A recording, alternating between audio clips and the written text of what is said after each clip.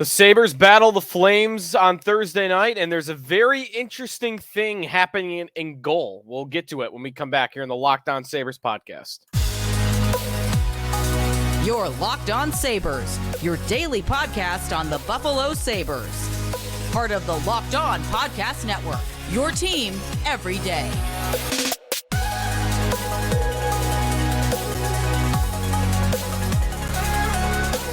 And thanks for making Locked On Sabres your first listen every day. This episode is brought to you by FanDuel Sportsbook, official sportsbook of Locked On. Make every moment more. Right now, new customers can bet $5 and get $200 in bonus bets guaranteed. Visit FanDuel.com/LockedOn to get started. We will go to FanDuel a little bit later on, look at some of the odds for Sabres and Flames, which we will see on Thursday night at KeyBank Center, a 7 o'clock puck drop. Buffalo looking for their second win of the season against their first Western Conference opponent of the season in Calgary, who has begun the year at 1-1-1 in their 3 games with a -2 goal differential, 9 goals scored in 3 games, 11 goals allowed. We'll go through the lineups in this game as well as a betting preview of tonight a little bit later on, who's favored in this game. And I'm actually very surprised by the line set by FanDuel in this game, but we'll get to that, as well as a couple other things about how Calgary's doing so far this year, with the advanced numbers say about what Buffalo will be facing.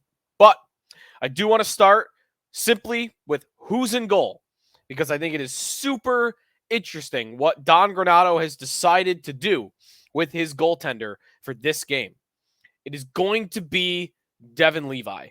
And here's why I believe that is interesting. Although I would say I'm not that surprised that it's Devon Levi. But here's why, to me, it is really interesting. It is a huge indicator, in my opinion, of how the Sabres are going to operate their goalie situation for the entirety of the year. To me, this was the first real obvious chance to get another guy in the game. Either Eric Comrie or Ukko-Pekka Luukkonen. Who that would be, no clue. They've been rotating as the backup on game nights. But I thought it was a chance to play another guy because we're a week into the season. And this is a big reason why maybe there is no rotation yet, because we're only a week in. And any fatigue, exhaustion that Levi could feel, it being his first time playing a real NHL schedule, college is very different. You play 2 games a week. You play Friday and Saturday night. You play Friday and Sunday night. Or the next week. Like, you don't play during the week. You play your games on the weekend. You go to school. You go to classes. You get 4 days off in the middle. You practice. But your games are together on the weekend. This is very different. Well, that might come later. But for now, this was the chance to play another guy. You had the opener against the Rangers. You had the game against the Islanders. You had a game against the Lightning. You had 3 games to begin the year, all against Eastern Conference opponents. And if you looked at this week in particular, you had a game on Tuesday, Thursday, and Saturday. 3 games in 5 nights. And if you looked at that 3-game stretch and thought, okay, let's get a backup in there, this was the game to do it. Because Tuesday against Tampa, Saturday against the Islanders, those are 2 teams that you are in direct competition with for a playoff spot. The Islanders were a team that took one of your spots last year. The Hudson Fashion kick goal. Very easily, the Sabres could have finished above New York. They got the top wildcard spot. So you already lost to them this year. Well, I guess you wouldn't have known that before deciding who was starting. But the Islanders on Saturday, you know that's a team that's going to be in your hair, that you're in direct competition with. Tampa, same thing. That's a team that can take a step back. It's a divisional opponent. Thursday, smack dab in the middle between 2 direct competitors against a Western Conference opponent that you've now known for over 24 hours is going to be playing their backup goaltender in Daniel Vladar. Okay, you got a game in the middle. If you play a backup, Devon Levi gets up from Tuesday to Saturday to rest up and be fully ready to go on Saturday night against the team you're in competition with in the Islanders. It's not happening. They're not playing Eric Comrie. They're not playing Ukko-Pekka Luukkonen, despite the fact that it's a backup goalie on the other side. It's a Western Conference opponent. You're home. They're at the end of a stretch. This, to me, is the first big indicator of how many games Devon Levi might play this year. And I'm already thinking about more than 50, hell, maybe 60 games being in line for Levi if this is the way they're going to treat it. I looked it up. The Sabres play 11 back-to-backs this year. So 22 games, 11 back-to-backs. That's 11 obvious opportunities to play your backup. How many more will the other guys get? Because if Levi's playing a game like this with these circumstances, and as I mentioned, like why it would make sense to play another guy, this guy's playing 60 games this year, if that's how they're going to treat him. Now, maybe in December, January, February, as it starts to become a little much for him, maybe. First time playing the schedule. Maybe he starts to get exhausted, fatigued in those months, and you start to see more of a rotation. And maybe it's just because it's only the second week of the season that he's going to play this many games in these circumstances in a row. Because I think he's going to play on Saturday too. That's part of this whole point is I think he's going to play on Saturday too. That's a big game against an opponent you've already lost to. I think they're treating Levi like a definitive one. If there was any thought before that it was going to be a 1A, 1B situation with Levi being the 1A, that's not happening. That's not happening. He is the number one. And there is a number 2 behind him, maybe a 2A, 2B, because we don't know who the number 2 is. But he is the definitive number 1 goalie. And if we needed any more evidence of that, this game, the fact that he's starting against Calgary, is just that. And again, we'll see what happens with the other guys, because if Levi's going to play this much, this is going to be his workload, then there's not room for a third goaltender on this roster. To me is why it never made sense to keep Ukko-Pekka Luukkonen around. I know they don't want to give up on him, but Comrie outplayed him in the preseason, and Luukkonen couldn't beat him out. And how do they think Luukkonen's going to develop? I don't need him to. I don't think the Sabres need him to develop. They have Levi. You could figure out your backup goalie. Year to year, you could figure out your backup goalie. Go sign James Reimer and then Jonathan Bernier, and then you just go one by one. You could figure it out. Craig Anderson, the next Craig Anderson you could bring in. How do they think Luukkonen's going to develop under these circumstances? Again, not that it matters to me much, but he's splitting practice reps with Eric Comrie, so he's getting half the practice reps that he normally would get, and he's going to play what? Once a month? Twice a month, tops. I don't see how Luukkonen is going to have, with Levi being the true number 1 and playing this well, how UPL is going to get the necessary reps to develop into what they hope he can develop into. I think it is over for UPL. I think it is time to move on. Unless you want him to be the number 2, waive Comrie. Either way, to me, it is a waste of time to have 3 goalies on this roster. And you're not doing Luukkonen any favors by keeping Comrie around. So if the Sabres' priority is Luukkonen as the number 2, then get rid of Comrie so that he can get more practice reps and more game action. And if the priority is give it to the guy who had a better offseason, a better preseason, I should say, and that's going to be your new backup, then play Comrie, give him the practice reps, get him a little bit more in rhythm, have him have the game action, and get rid of Luukkonen. To me, there's no need to have 3 goalies on this roster any longer, especially with the Levi workload. Timeout here. When we come back, what the Sabre lineup looks like and what the Calgary lineup looks like. What's going on with the Flames? We'll get to that when we come back here on the Locked On Sabres podcast. We are presented by FanDuel Sportsbook. Snap into the NFL season with FanDuel, America's number 1 sportsbook. Right now, new customers get $200 in bonus bets. That's guaranteed when you place a $5 bet. It's $200 in bonus bets, win or lose. If you've been thinking about joining FanDuel, this is the time to do it. Football season is underway. The hockey season is rocking and rolling. Basketball is coming up. You've got the baseball playoffs. You got MLS if you want it. Everything is available to you. Everything's happening right now. The app is super easy to use. Spreads, player props, over-unders, futures bets, all available to you. So visit FanDuel.com/LockedOn. Kick off the NFL season. FanDuel, official partner of the National Football League. Back here on the Locked On Sabres podcast. Thanks for making us your first listen every day. Sabres and Flames. Let's look at what the Sabres lineup is going to look like for this game. And it features, as I mentioned, Devon Levi in net, but also the exact same lineup that we saw against Tampa Bay. This is the exact same lineup we saw against Tampa Bay. Thompson, Tuck, and Skinner up top. Cousins, Peterka, and Krebs. Krebs getting a second go of it on the second line. Middlestad, Benson, and Greenway, which has been the Sabres' best line through 3 games. Jost, Girgensons, Okposo. I really like Jost in the Tuesday game against Tampa.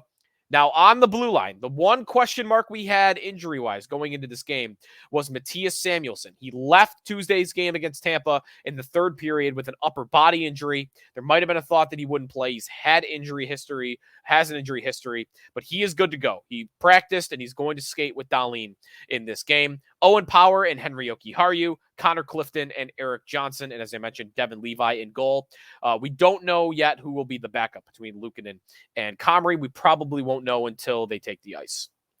The Calgary lineup for this game, the Sabres and the Flames, Tuesday night, 7 o'clock. Before I get to the Flames lineup, the hot dog. We got our special hot dog of the night. It's going to be available in the arena. When you walk in, you go left on the escalator, and there's the market space there. It's in the market. They're going to have that. So what you're looking at for this game, I thought what they'd be doing, the Market on Perry, I believe, is the official name of it in the arena. I thought what they were going to be doing with the hot dog of the day was theming it by the city that they were playing. They did that for New York City in the first game. They did that for Tampa in the second city. They're not going with Calgary. You know, we thought Calgary maybe like a barbecue thing because a big rodeo town, right? It's almost like Canada's Texas. But it's not barbecue because they're going with the Flames part of it. That's what they're going for is the theme. The flamethrower is what you're getting. Grilled foot-long hot dog, jalapeno cheddar sauce, flaming hot Cheetos, bacon, and diced onions. No way am I going for that. It's just too spicy for me. It sounds great. I'm sure it'll be great. I don't want to deal with the after effects of eating that. Jalapeno cheddar sauce, flaming hot Cheetos. That sounds like that's going to be spicy. So if you like spicy, that's your hot dog. So far, I believe everyone has liked the New York hot dog more than the Tampa hot dog. So we might go New York 1, Tampa 2, and we'll see where Calgary comes in for number 3. The Flames lineup for this game. A familiar cast of characters. If you were familiar with what the Flames had as their lineup last year, they're going with the same core for now. Elias Lindholm, Jonathan Huberdeau, and Andrew Mangiapane on the top line. Nazem Kadri, Dylan Dubé, and a new guy, Adam Ruzicka, is on the second line. This is not a player I know a lot about, but he does have 3 points in 3 games to start the year. He was a 4th-round pick of Calgary a few years ago. He played 44 games last year, had 20 points. This year, he's getting a crack in the top 6, and so far, he's making the most of it. Michael Backlund, Matt Coronato, and Blake Coleman on the third line. That's a pretty good third line. And then Igor Sharangovich, Walker Duehr, and AJ Greer on the fourth line. It's a pretty good forward group for Calgary. The back end is where things get a little dicier. Noah Hannafin, who still wants out, according to reports. So keep an eye on him as a trade target later in the year for the Sabres. Rasmus Andersson, that's the top pair. Nikita Zadorov, former Sabre. Mackenzie Weegar is the second pair. It's a decent top 4. Dennis Gilbert, Chris Tanev on the third pair. Overall, not a great blue line. All of that together, by the way, through 3 games. They're 1-1-1. They rank 24th in the NHL in expected goals for percentage. So the team is a middle-of-the-road hockey team. They might compete for a playoff spot, but if they make it, I would not expect them to do much once they're there. And as I mentioned, in goal, not Jacob Markstrom, the number 1, the backup, Daniel Vladar, number 2, and they might be trying to showcase him. They're trying to trade Vladar, according to reports, because their own version of Devon Levi, Matthew Wolf, is in the minors. They think he's ready for the NHL because he is ready for the NHL, and they feel like Vladar needs to get traded. They don't want to waive him for nothing. It's like, I saw, was it Sabermetrics? Someone on Twitter compared him to this, and it's a good comparison. Vladar is their version of Ukko-Pekka Luukkonen. He's a younger goalie, 24 years old. He was a nice prospect. He just hasn't really realized that potential in the NHL. The difference is Luukkonen's on a rookie contract. Vladar is making $2.25 million. So I have no idea why anyone would trade for that. So good luck to them, but they're going to try to showcase him. The Sabres might not be the team to try to showcase against, though. I know they've only scored 5 regulation goals in 3 games, but they, of course, have that potential to go off. When we come back, my keys to the game and a look at the betting odds for tonight. I'm surprised at who's favored in this game. We'll talk about that when we come back here on the Locked On Sabres podcast. We are presented by Jase Medical.